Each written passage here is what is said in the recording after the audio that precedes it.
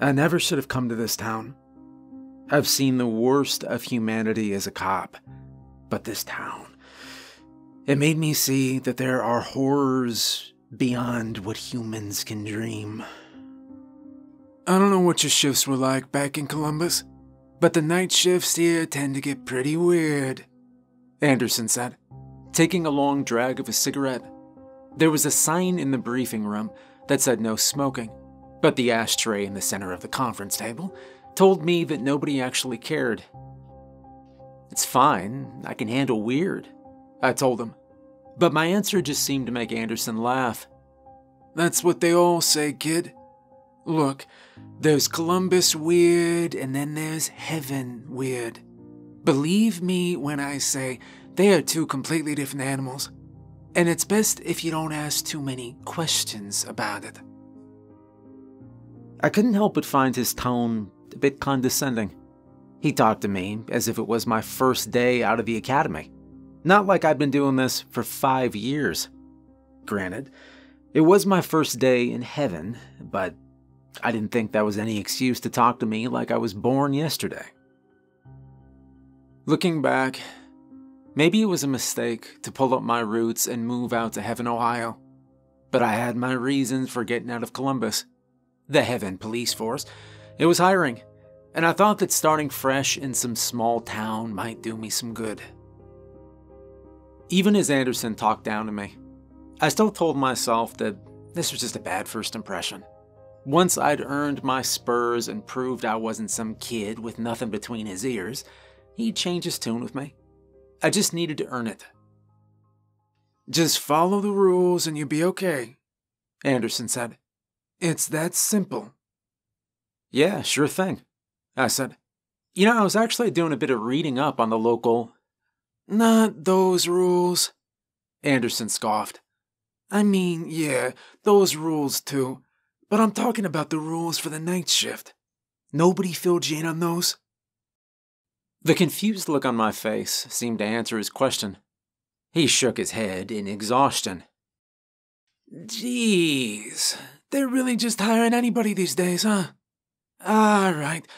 Well, I'll run through them with you. It's pretty simple stuff. The long and short of it is that the church out on Aspen Park Road has a sort of special arrangement with the department, so there's a few unique rules in place with them. Okay, what are the rules? I asked. Like I said, it's pretty simple stuff. Rule number 1 is that anything out of place you might see around the Aspen Park Road area goes directly to Officer Dean Norris. And I do mean anything. I don't care what you think you see out there. We don't touch it. It goes to Officer Norris and only to Officer Norris. Okay, noted, I said. But why? Because Officer Norris knows how to deal with those people. That's why rule number 2. Under no circumstances are you to ever directly respond to or engage with anything you might see around Aspen Park Road. I don't care what it is. I don't care what you think you see. You don't respond to it. You don't engage with it. You make a note, and then you... He gestured to me, waiting on a response. Pass it off to Officer Norris? I finished. Attaboy. You pass it off to him. Rule number 3. If we run into anyone outside of the Aspen Park Road area with a tattoo of a dove skull on their left arm, we do not touch them. We let them go. They are with the church.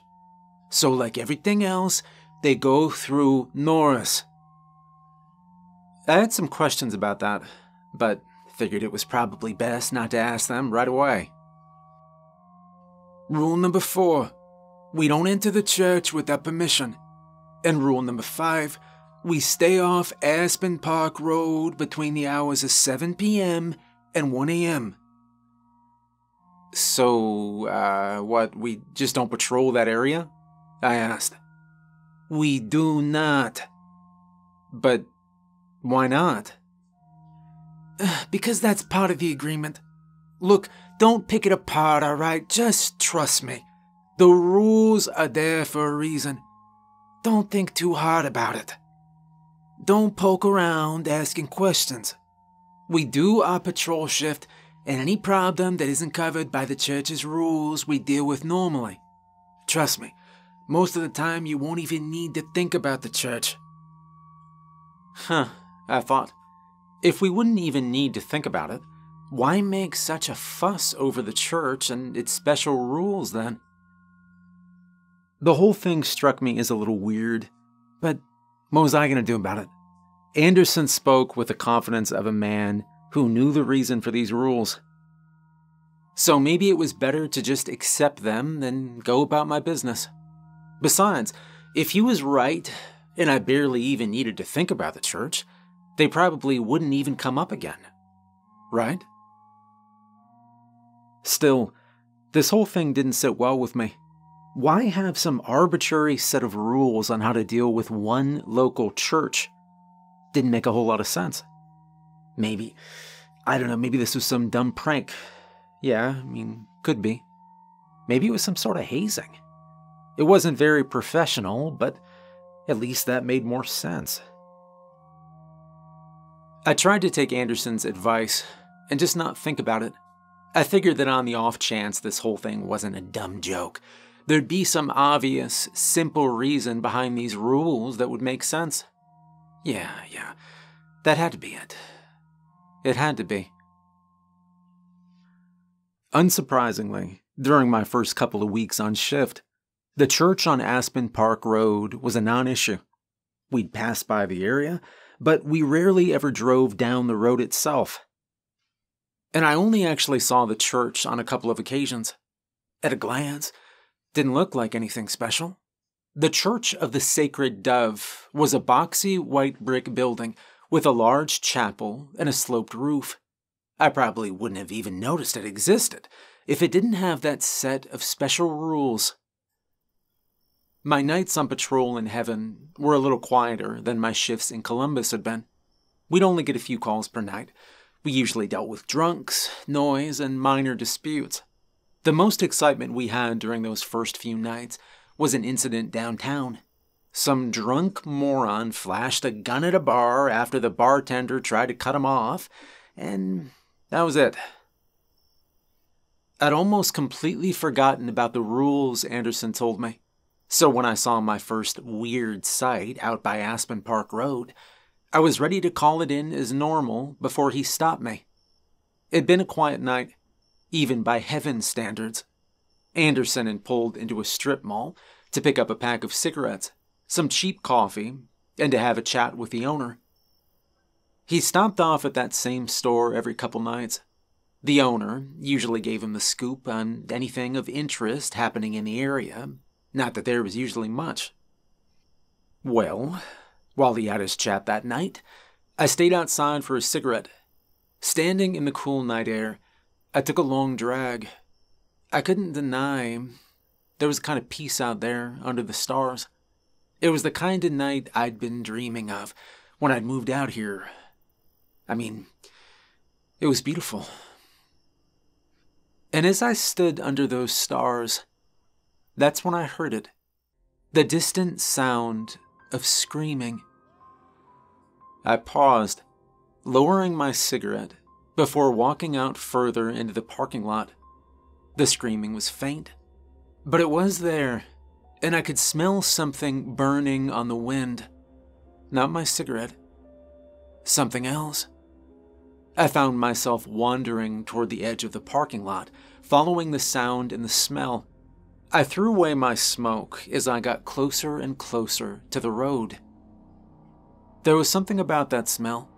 It was weak, but distinct, sickening and sweet at the same time. It was a smell I could almost taste in the back of my throat. It was familiar, but not in a good way. It brought back a vivid memory I had of an incident back in Columbus where some drunk idiot had run his car off the road. There'd been a fuel leak, By the time we got there, the car had already caught fire. The blaze had turned the car into a burning coffin. I was one of the officers on the scene at the time, and I remember that smell that had filled my nostrils. Burning flesh. What I was smelling now, it reminded me of that. Why? Joey. The sound of my own name tore me away from my thoughts. I looked back towards Anderson. He was standing by the cruiser, a cup of coffee in each hand. You hear that? I asked. Anderson was silent for a moment, before quietly opening the driver's side door. He didn't say a word to me. He just got in the cruiser. I paused before going to join him. I expected to see him fiddling with the radio, but he just keyed the engine. It was coming from the west, I said. There was a smell, too, it was hard to describe. I'm not sure what it was. Don't worry about it, Anderson said. My brow furrowed. What? Why not? I asked. Church stuff. This kind of thing happens every now and then. Just make a note of it and pass it along to Officer Norris. We're not going to have a look? I asked. I heard people screaming. It's a part of their mass or something, Anderson said. Look, don't ask me for details. I don't know anything about it. I just know that it's how they worship. Screaming, fire, you get used to it. The hell kind of church is that? I asked. What did I just say, kid? Don't ask me for the details. I don't know. And trust me when I tell you that it's better off that way. Leave a note for Norris and he'll have a chat with them, all right? That answer didn't sit well with me. I didn't like it in the slightest. But what was I going to do? Argue? Anderson had already put on the radio, probably in an effort to end the conversation. He started driving in the opposite direction of Aspen Park Road. Half an hour later, he was chatting with me like nothing had happened. Like I just imagined the screaming and the burning smell. It was odd. Jarring. It was obvious he wanted me to drop it. But look, I didn't become a cop to just turn a blind eye to stuff like this. Maybe it was just some sort of weird outdoor mass. But I knew I wouldn't be able to let it go until I knew for sure. When my shift ended, I went home to sleep for a couple hours. I woke up again sometime past noon. The memory of the faint screams and the smell of burning stayed in my mind. I sat up in bed. Anderson and I had made a note in our end-of-shift report that we'd heard something coming from the Aspen Park Road area. But that was really all we'd done, and I didn't feel like it was enough. Maybe I was just overthinking all this. Anderson, let's be real, he wasn't the best cop I'd ever worked with, but he seemed alright. If he wasn't worried about this, why should I be worried? The rules about the church were weird, sure, but there had to be a logical explanation for all this. I probably was just overthinking it. Probably. But I had to be sure. Maybe going for a little walk along Aspen Park Road would put my mind at ease. No uniform, no badge, no gun. Just me going for a walk. Nobody would give me any grief for that, right? Just a nice walk along Aspen Park Road. Nothing out of order. Yeah, you know what? Yeah, that should be fine. I grabbed my jacket and my wallet, and I went out for a walk. My apartment wasn't too far away. It's about a half hour away, and I could probably use the exercise.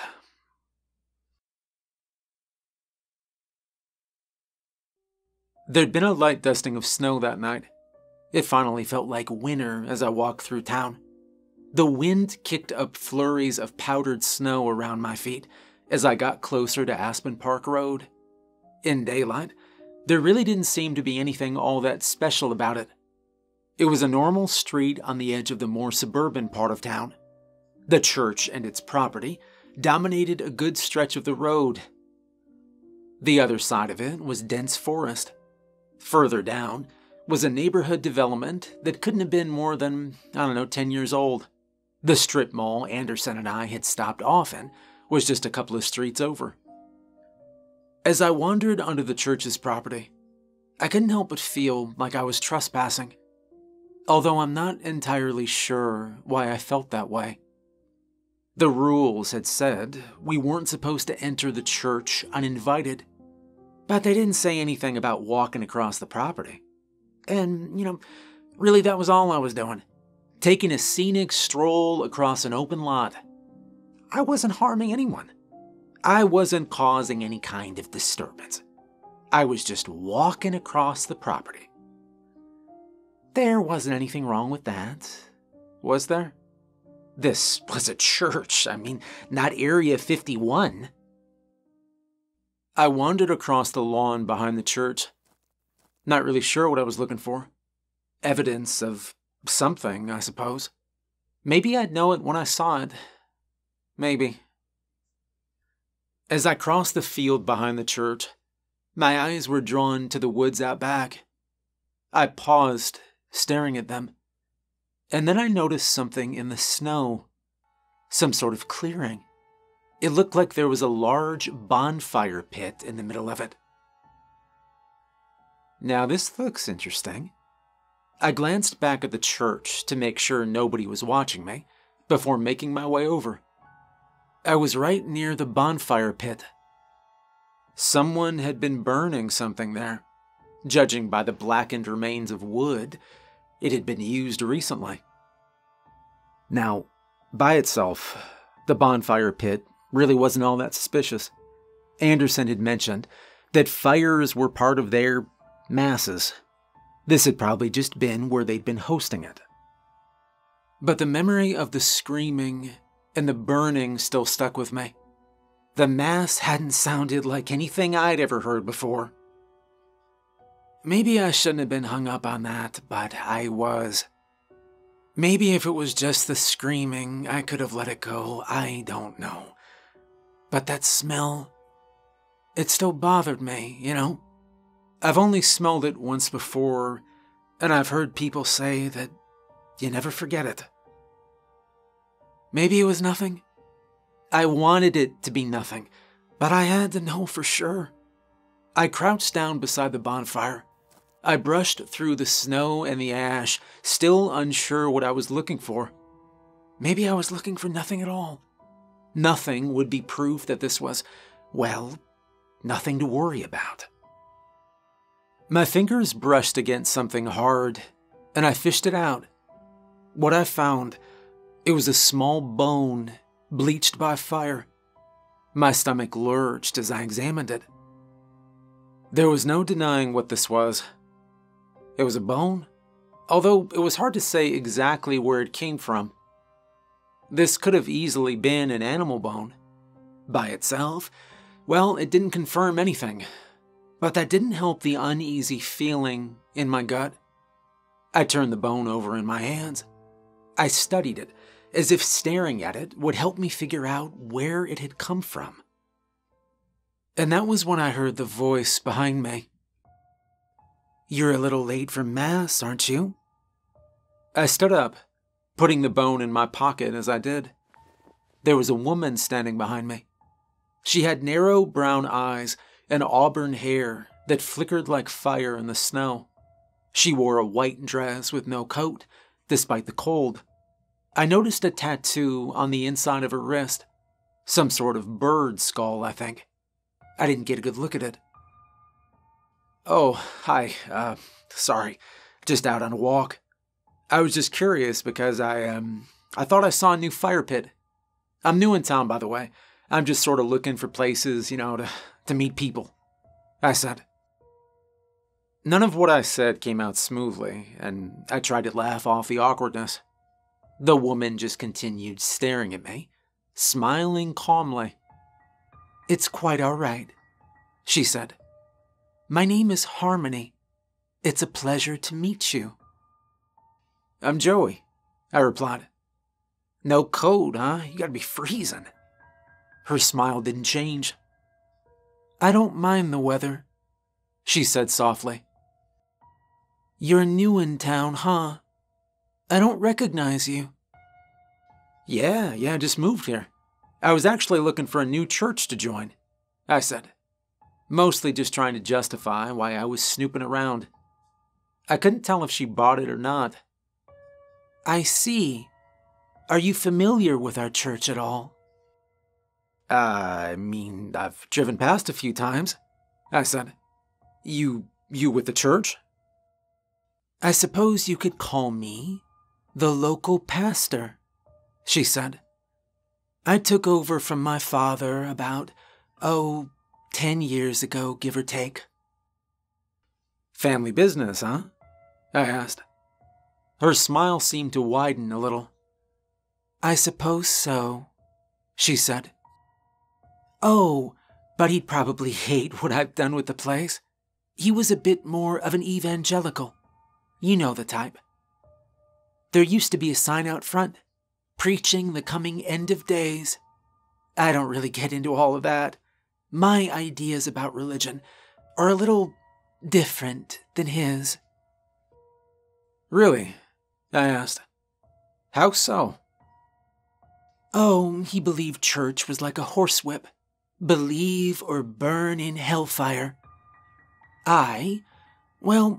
I see it more as a shepherd's crook, bringing the community together, guiding them in one direction, towards the truth."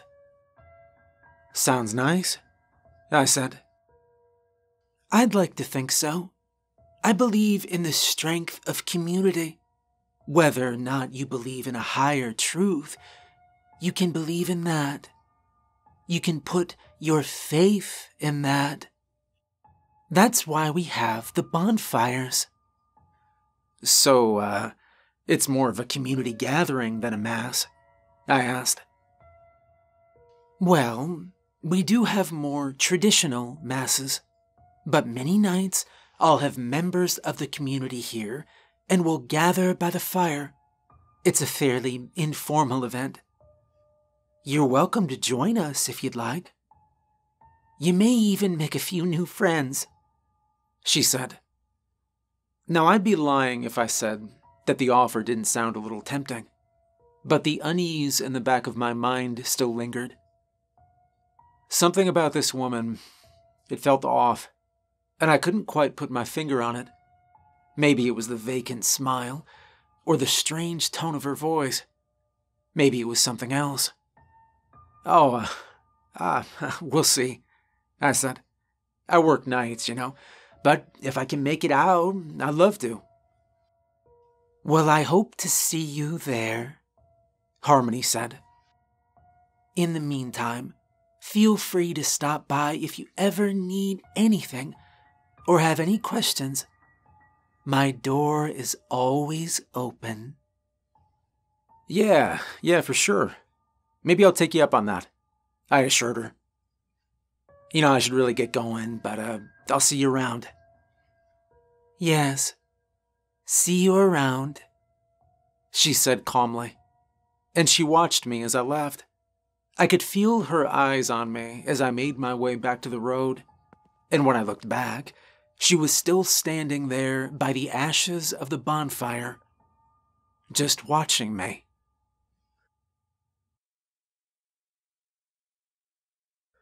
When I got back on shift that night, I had to ask Anderson about the Church of the Sacred Dove. I caught him in the station's gym about a half hour before patrol. He was on one of the treadmills, so I hopped up on the one beside him. He greeted me with a single nod. "Hey, how goes it, kid?" he asked. "I can't complain," I said, half lying. "How you doing?" "Oh, same old, same old. You know how it goes. I nodded, and we got into small talk for a bit, shooting the breeze while I worked up to my real question. So, what exactly is up with the church on Aspen Park Road? You know, I've heard of some weird churches in my time, but they seem different. Trust me, kid. The less you talk about 'em, the better, Anderson said. Yeah, you keep saying that. But I'd ask a lot less questions if I knew why we weren't supposed to talk about 'em. Anderson huffed at that, before slowing down the pace of his treadmill. It's a long, ugly story, kiddo, he said. I'll admit, even I don't know all the details. Well, what do you know? I asked. Alright, it used to be run by some old guy. Your typical hellfire and brimstone preacher. It was a lot less interesting back then. But after he passed away a few years back, his daughter took over. She's a lot more, what's the word for it, New Age, spirituality, occult stuff, animal sacrifices. Animal sacrifices? I repeated. Yeah, apparently. They've got an understanding with the county. Look. Our job isn't to get into it. Our job is to just keep the peace. Whatever they've got going on out there, it's all above board with the county and the department. So it is best to just keep your distance from it.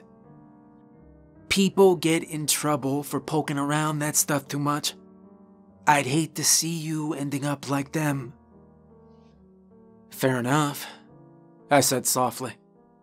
Anderson stopped his treadmill, and he took a long swig from his water bottle. I'm hitting the showers.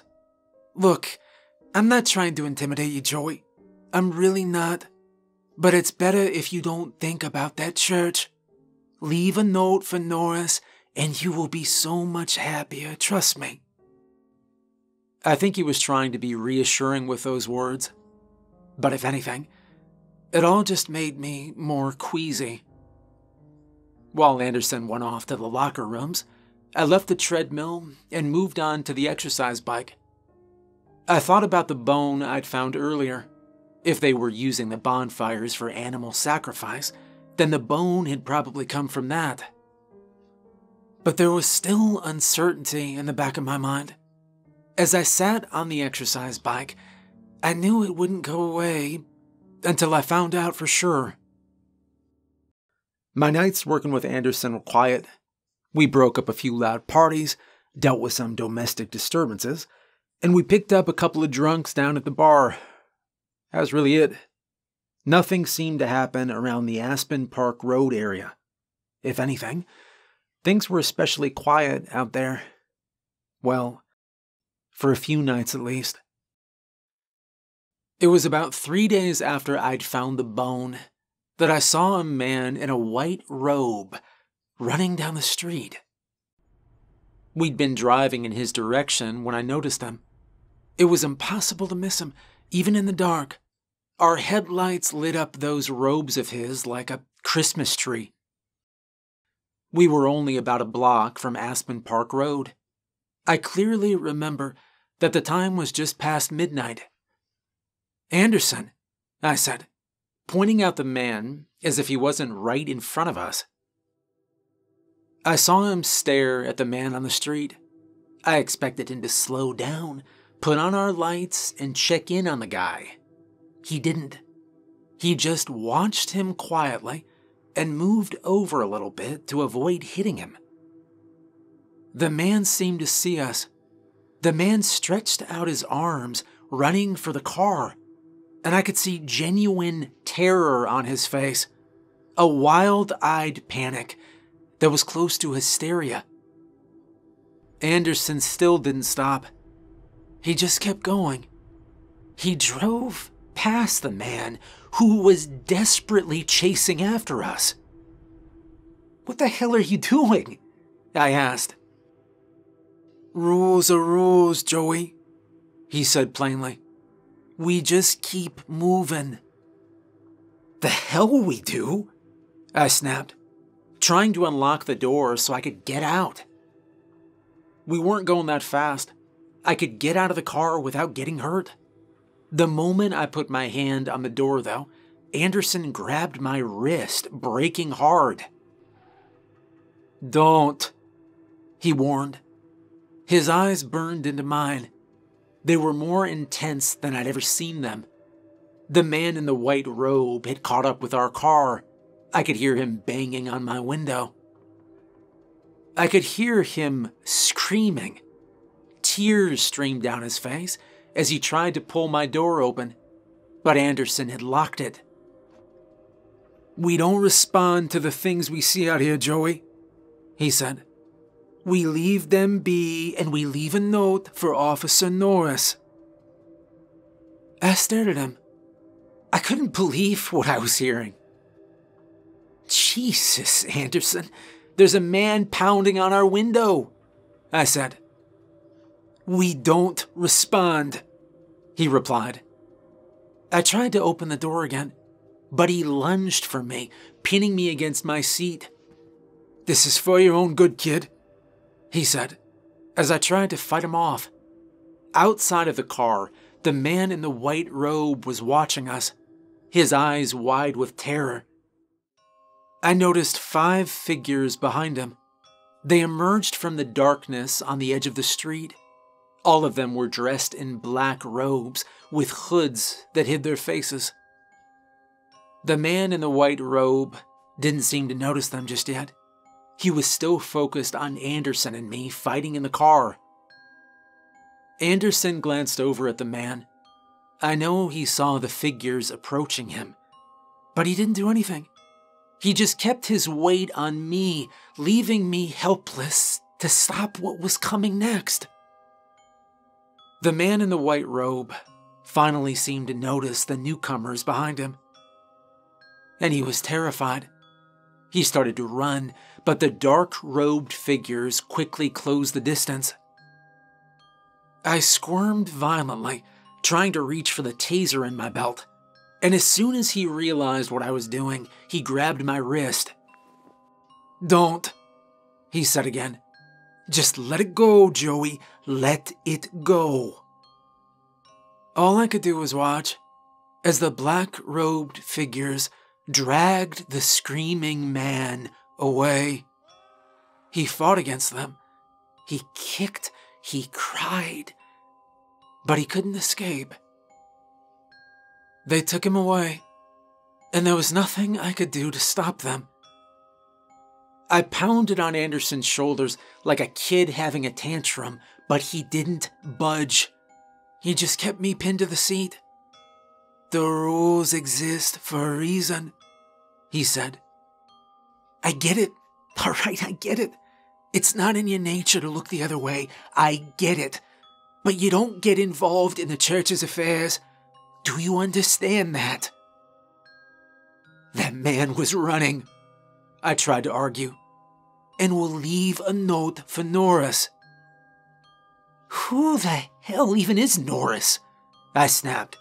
"Who's Officer Norris, huh? Because you know what? In the past few weeks I've been here, I've never seen or heard anyone else mention anyone named Officer Dean Norris.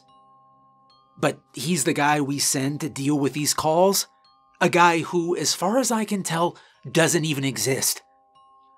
That man was running scared, Anderson. We're supposed to do something about it." I tried to push Anderson off me, but he still wouldn't move. "Don't," he said. "Joey, don't." "Go to hell," I snapped. I slammed my head against his, and I knocked him back just a few inches. I threw the cruiser door open and I stumbled out. The man in the white robe couldn't have gotten far. I just needed to catch up. Suddenly, every muscle in my body clenched as I experienced what I can only describe as the unholy combination of a full-body cramp and getting hit by a baseball bat. I'd been shot with a taser before, back during my training in Columbus. I'd always hoped I wouldn't have to experience that again. but I guess Anderson had other ideas. I crashed to the ground with a heavy thud, twitching as I did. Anderson stood over me, watching me writhe on the ground. "Don't be a hero, Joey," he said. "Heroes don't last long in this town, and the rest of us survive by following the rules. This is her town. It's been her town for the past 10 years. So please just stop." I rolled onto my back, panting heavily.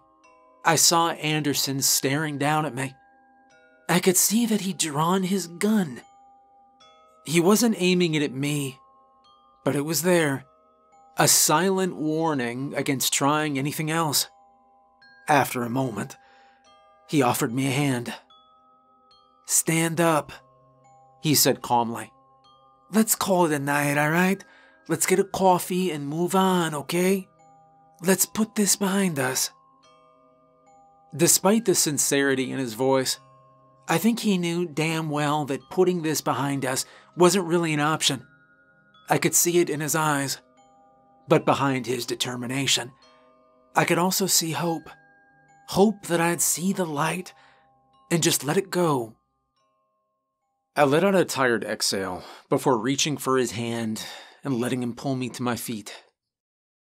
"Attaboy," he said. "Now let's get you a coffee, all right? Come on, into the cruiser." He gestured to the open passenger side door, and I shuffled in. My entire body still hurt. But there wasn't much else I could do. Anderson closed the door behind me, and then he went around the car to get in the driver's seat. His mistake was taking his eyes off me.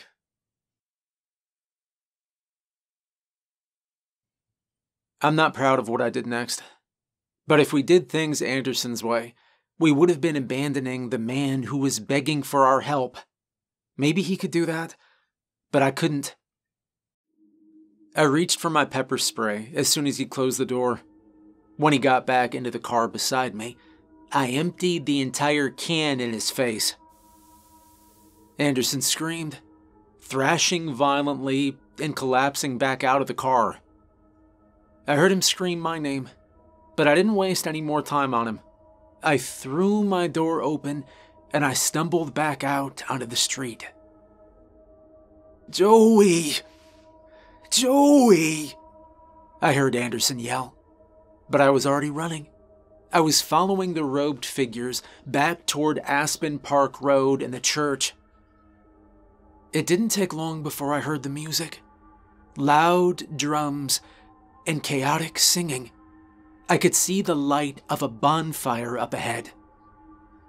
It's in the same clearing I'd visited the other day, but this time, I could see figures dancing in the firelight. The bonfire towered over the dancers. I paused before moving into the nearby woods. I used the trees and the darkness to hide me as I crept closer. I counted around 20 to 30 people around the fire. About 5 of them were dancing around it. They were all dressed in ceremonial robes that twirled and swished around them, leaving their legs and feet bare against the elements. Each of the dancers wore an elaborate bird skull mask. Their dance, it looked like nothing I'd ever seen before. Their arms swayed in rhythmic, circular patterns. They barely even seemed to move like humans. At the entrance of the clearing stood a woman watching the dancers. She was wearing a familiar white dress. Like the dancers, she also wore a bird mask and stood barefoot in the snow. Harmony. It had to be her. Beside her, I could see 2 groups of black-robed figures. Each one of them were holding back a stranger dressed in white. One of them, it was the man I'd seen on the road. The other was someone new, a second man who also looked scared out of his head. There was a part of me that wanted to rush into that clearing, draw my gun, and break up whatever this was. but something else kept me rooted to the spot. I watched as the dance reached its climax, until at last, all of the dancers collapsed into the snow, bowing before the fire. Only then did Harmony speak. "We offer now our chosen at this hour of winter," she began. "We offer them to you, O greatness, he of sickle claw and hungry beak, he of endless eyes and grinding teeth.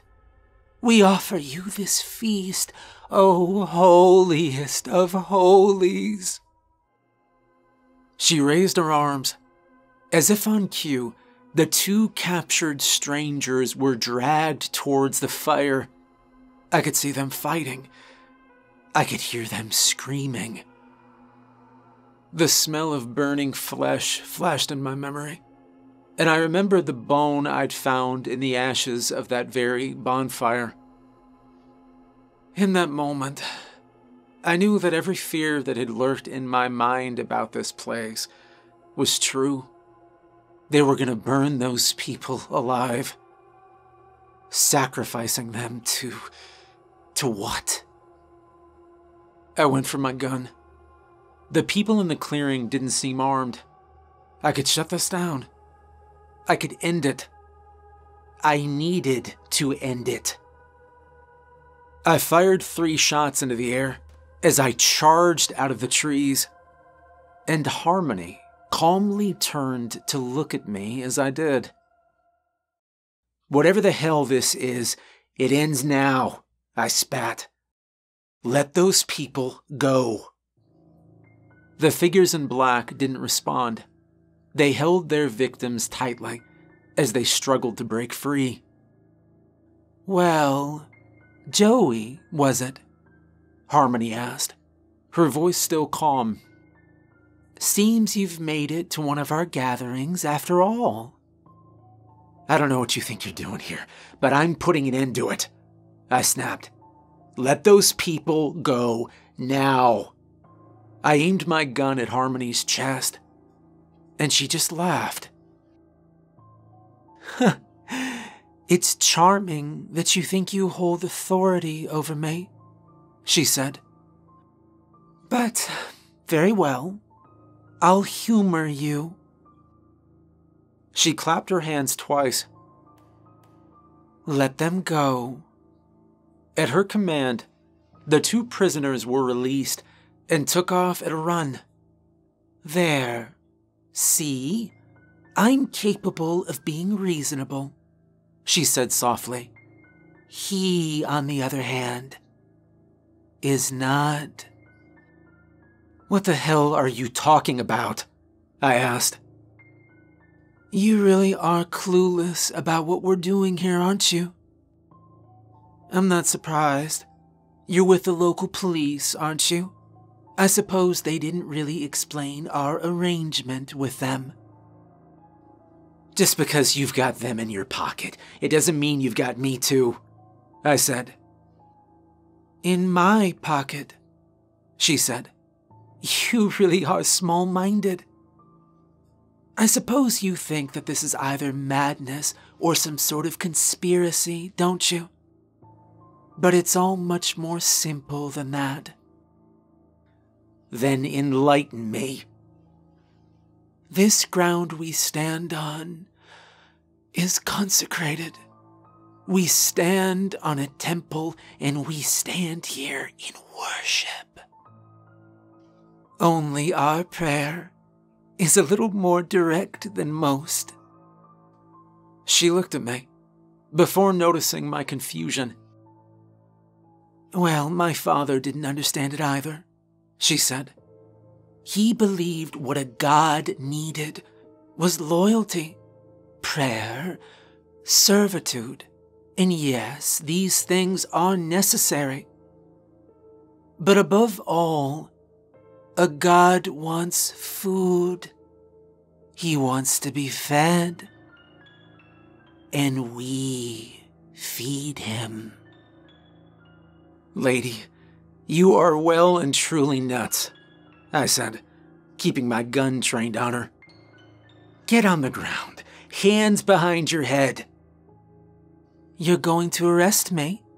she asked. "You think he will allow you to place one hand on me?" "You know what, let's find out," I said, keeping my gun on her as I approached. She didn't put up a fight.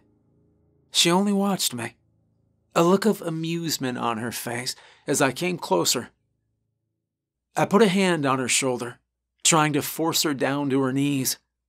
But as I did, the clearing grew brighter.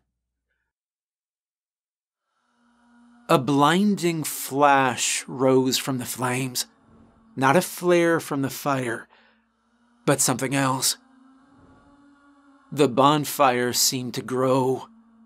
It seemed to change. For a moment, I was sure that there was something in the fire, something watching me. I couldn't make out exactly what.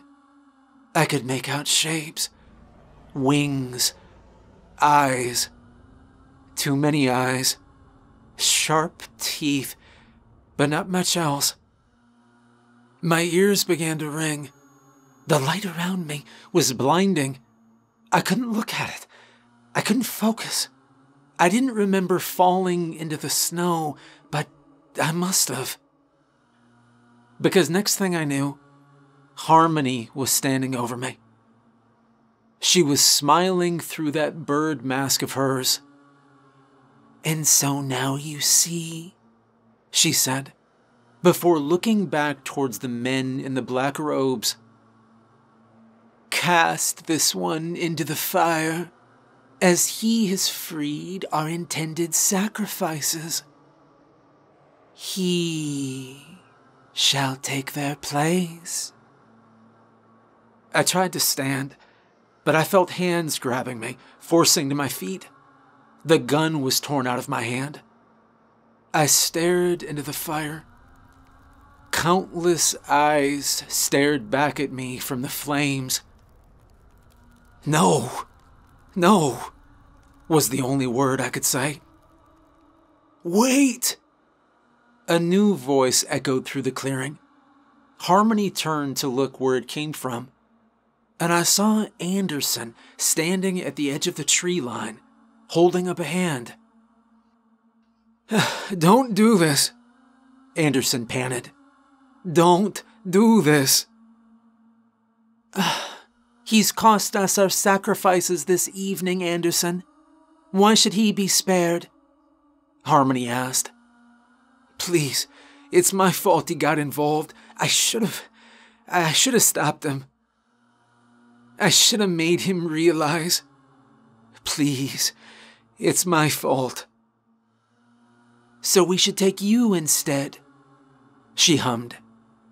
"How noble. Give me one reason why I shouldn't sacrifice you both."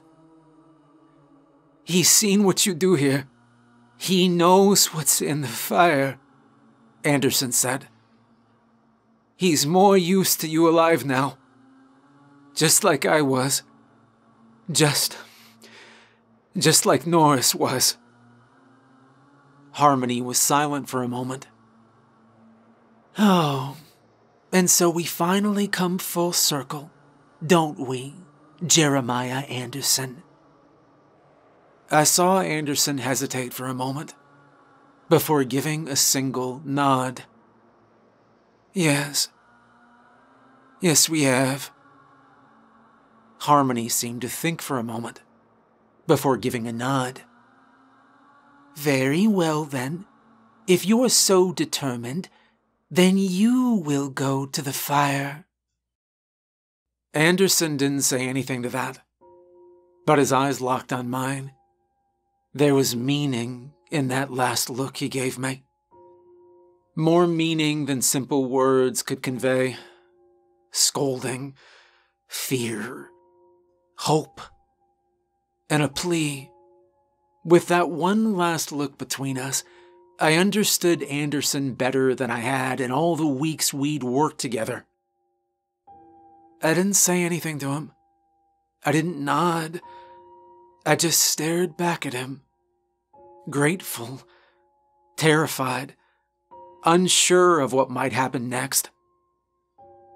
"Thank you," Anderson said, and I'm not sure if he was talking to me or to Harmony. And then he turned and stared into the fire. Taking one final breath, I watched as he began to walk towards it. His footsteps faltered. There was fear in his every movement. But he didn't stop. He didn't hesitate. He offered himself to the fire, and as it consumed him, as the flames melted the flesh from his bones, filling my nostrils with the stench of burning meat, as his screams faded into the night, I watched. It was about a year later that they sent me a new recruit to work with on the night shift. Some kid from Toledo. Been a cop for 3 years. He figured that starting fresh in some rural small town might do him some good. As I met him for the first time in the break room before our first shift together, I sized him up. I lit myself a cigarette before starting. "I don't know what your shifts were like back in Toledo, but the night shifts here tend to get pretty weird," I said. He assured me he can handle it, and for some reason, that made me laugh. "That's what they all say, kiddo. Look, there's Toledo weird, and then there's heaven weird. Believe me when I say they're two completely different animals, and it's best if you don't ask too many questions about it. Look, just follow the rules and you'll be okay. It's that simple." He just stared at me with a confused look. Nobody had told him about the rules? I sighed and shook my head. Jeez, they're really just hiring anybody these days, huh? Right, well, I'll run through them with you. It's pretty simple stuff. The long and short of it is that the church out on Aspen Park Road has a special sort of arrangement with the department, so there's a few unique rules in place with them. Rule number 1 is that anything out of place you might see around the Aspen Park Road area goes directly to Officer Jeremiah Anderson. And I do mean anything. I don't care what you think you see out there. We don't touch it. It goes to Officer Anderson, and only to Officer Anderson. You got that? The trainee nodded. But I knew he didn't understand. He thought he did, just like I once thought I did. But he didn't understand. He couldn't. Not unless he saw it himself. I understood, though, just like Anderson once understood. You can't fight a god. All you can do is play by its rules.